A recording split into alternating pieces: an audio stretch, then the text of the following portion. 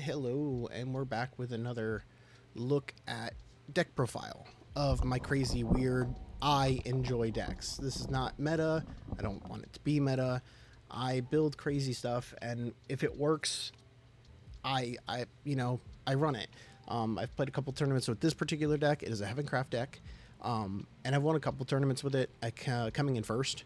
It's weird. I did change out a few cards because the newest set just recently dropped on the 11th, and we're at the 16th. This might be going up later after the 16th. So just as a heads up, so with this deck, it's a Flaming Glass Heaven. Yes, I know, Flaming Glass. It's a terrible card. You shouldn't run it. You can play other things.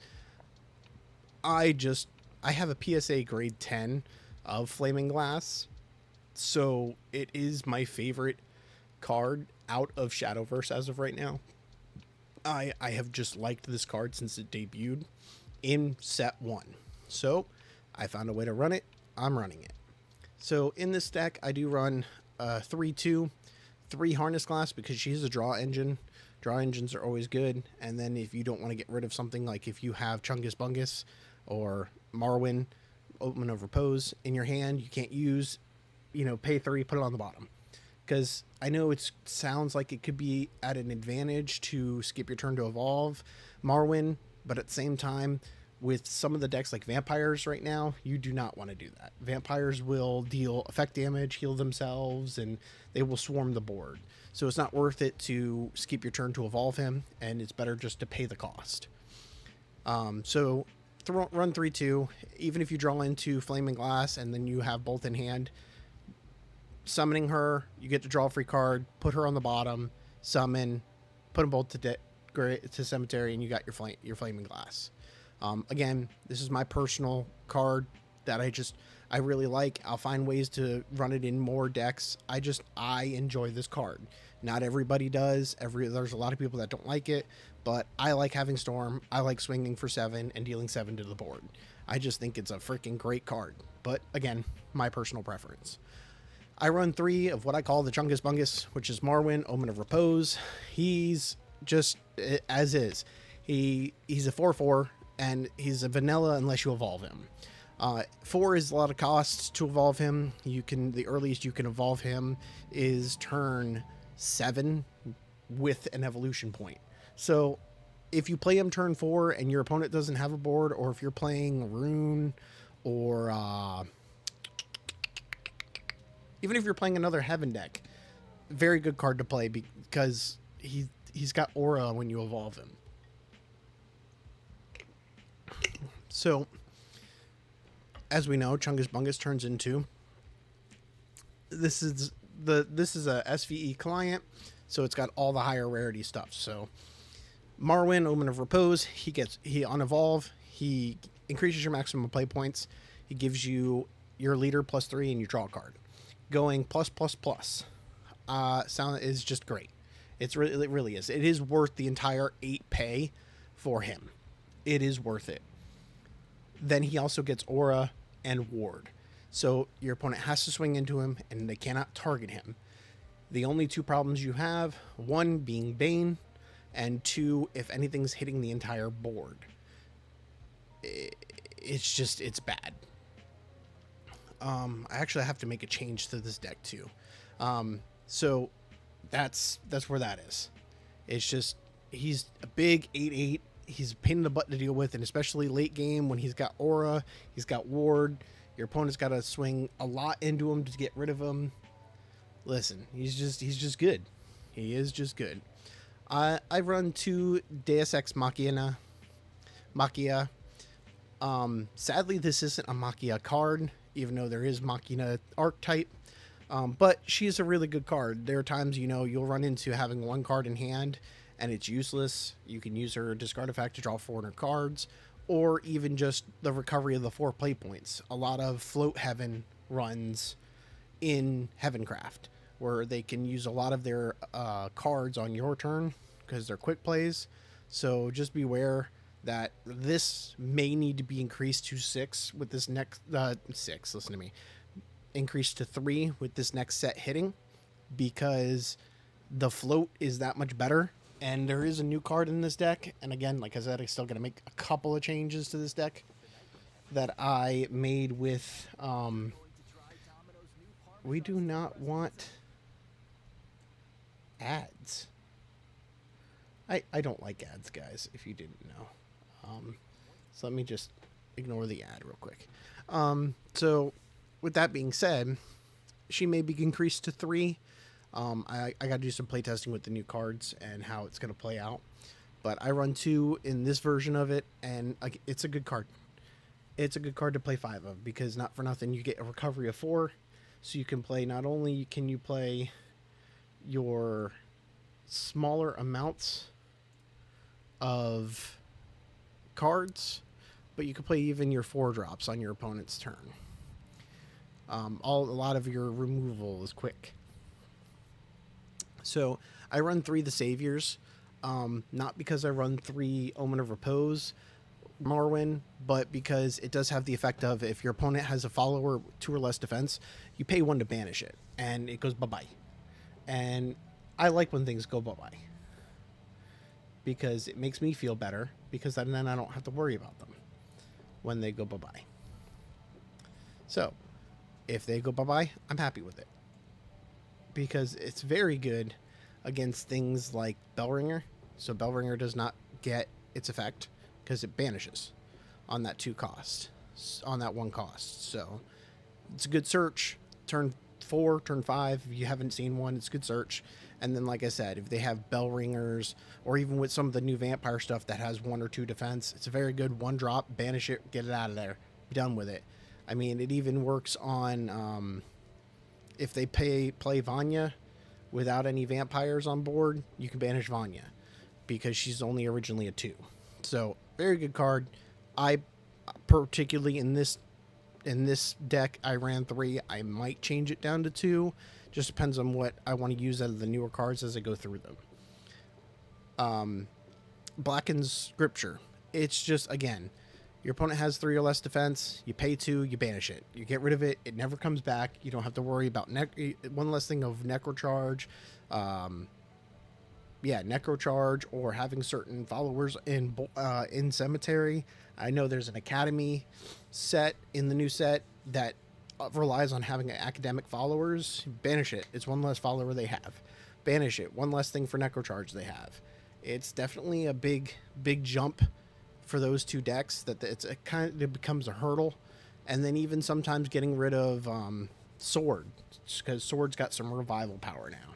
So I like the banishing effects. A lot of cards that I'll use, I like banishing. So I run 3 Blackened Scriptures. As far as the Maze Decree, I run 2. There's so much removal in this deck that I choose to run 2. You can run 3, and it runs perfectly fine on 3. It's a board clear. Every deck is a plus when it comes to board clear. I don't care what anybody says. You board clear, you're in the positive. You board clear somebody, you're in the positive. It's as simple as that. So Acolyte's Light, it's quick, 4, select an enemy follower on field. Again, banish, better than destroying, and then you gain 2. Especially with having DX Machina, you pretty much freely get to use this card for free, because you didn't have to spend any extra play points for it. You regained play points, so you can use it. Dark Offering. Dark Offering is very good for if your big guy's about to die. Dark Offering, you destroy him, you gain 3, you draw a card. Or even on things like, I'll get to later, Colorful Cook. Just a very good card that if you've got something sitting on board that you don't need, even your harnests, you can get rid of them for a positive draw for just 1. Got to keep your health up and your draw engines going, and they're just a very good card for a low cost. Stops your opponent from getting last words off if they're trying to run things into your wards or your wards. You don't let them do it. They won't get their last words, and you get a positive out of it. Karula, Arts Master. Again, this is Float Haven. Float Haven will be a thing. He's just a good card. For 3, at the end of your phase, you get 2 of your play points back. And then if you have, oh no, his evolve does that. His regular is if you have 2 play points available at the end of your turn, he deals 2 damage to the enemy leader. If you have 4, you draw a card, and if you have 6, he destroys an enemy follower on the field. His Evo, you recover 2 play points. So literally at the cost of 4, you're automatically going to get his first effect and deal 2 damage to the opponent, keeping them on a clock.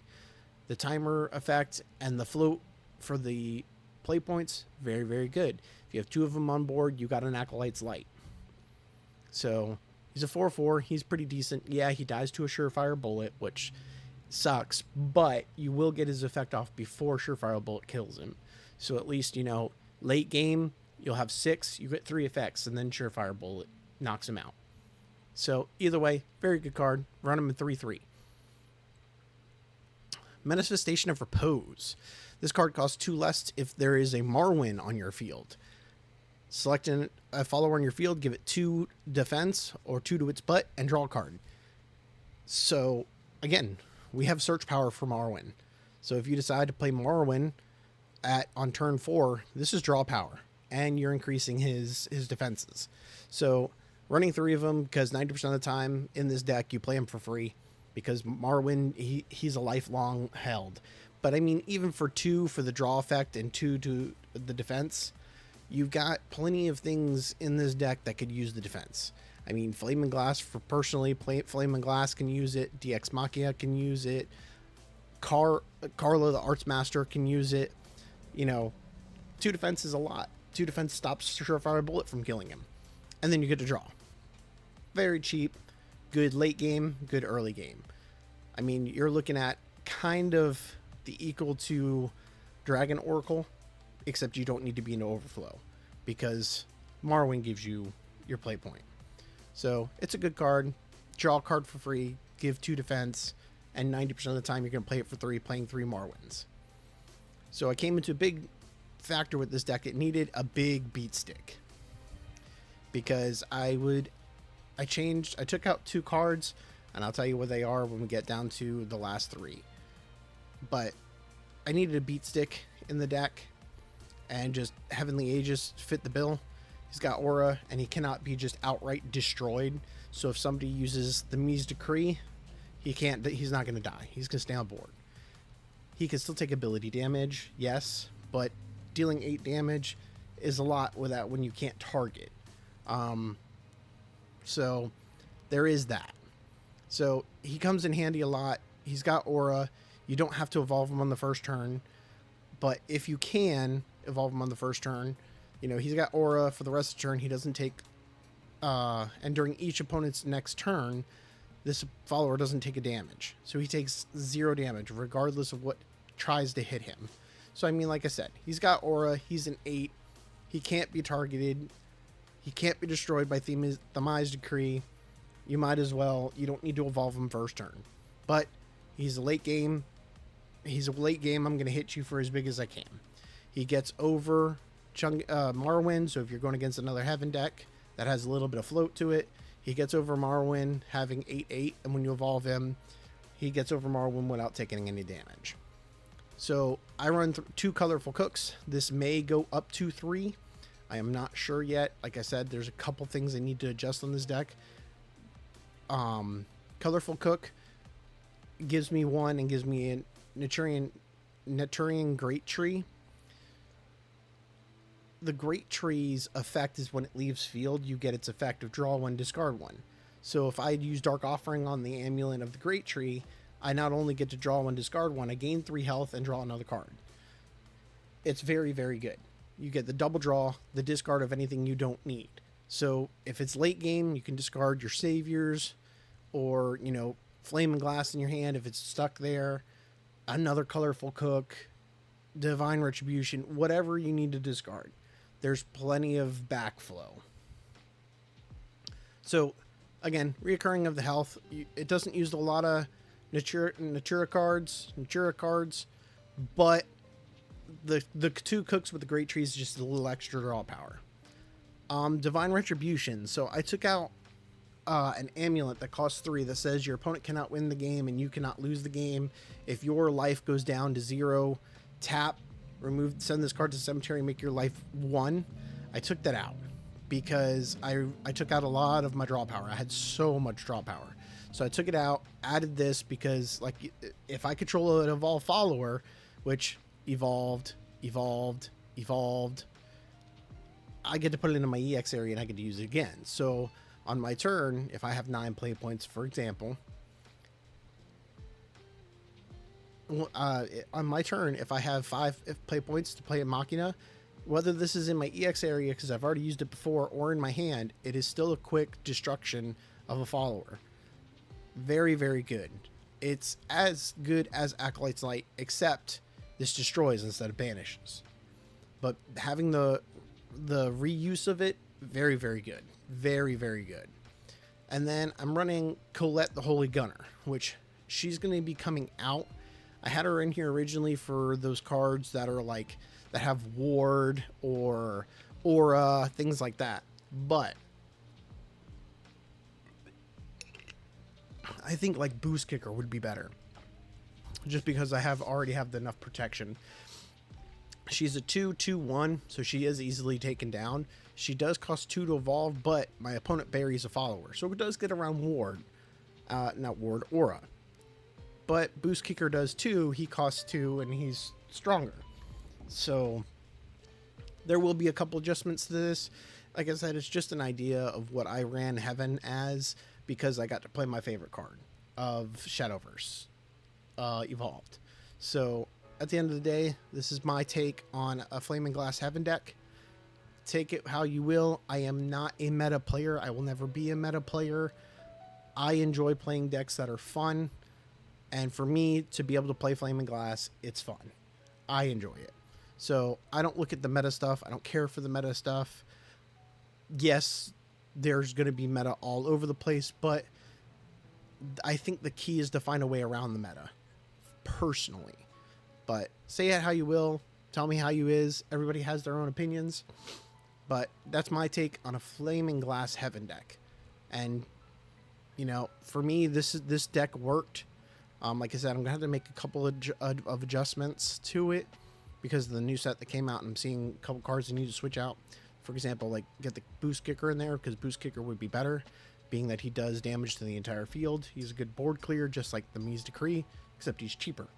If you pay 5 for him, he's dealing 3 to everything, so it's taking out a good percentage. So, but that's my Heaven Flaming Glass deck. Let me know what you guys think. You can leave a comment, like, subscribe, and I'll catch you guys on the next one.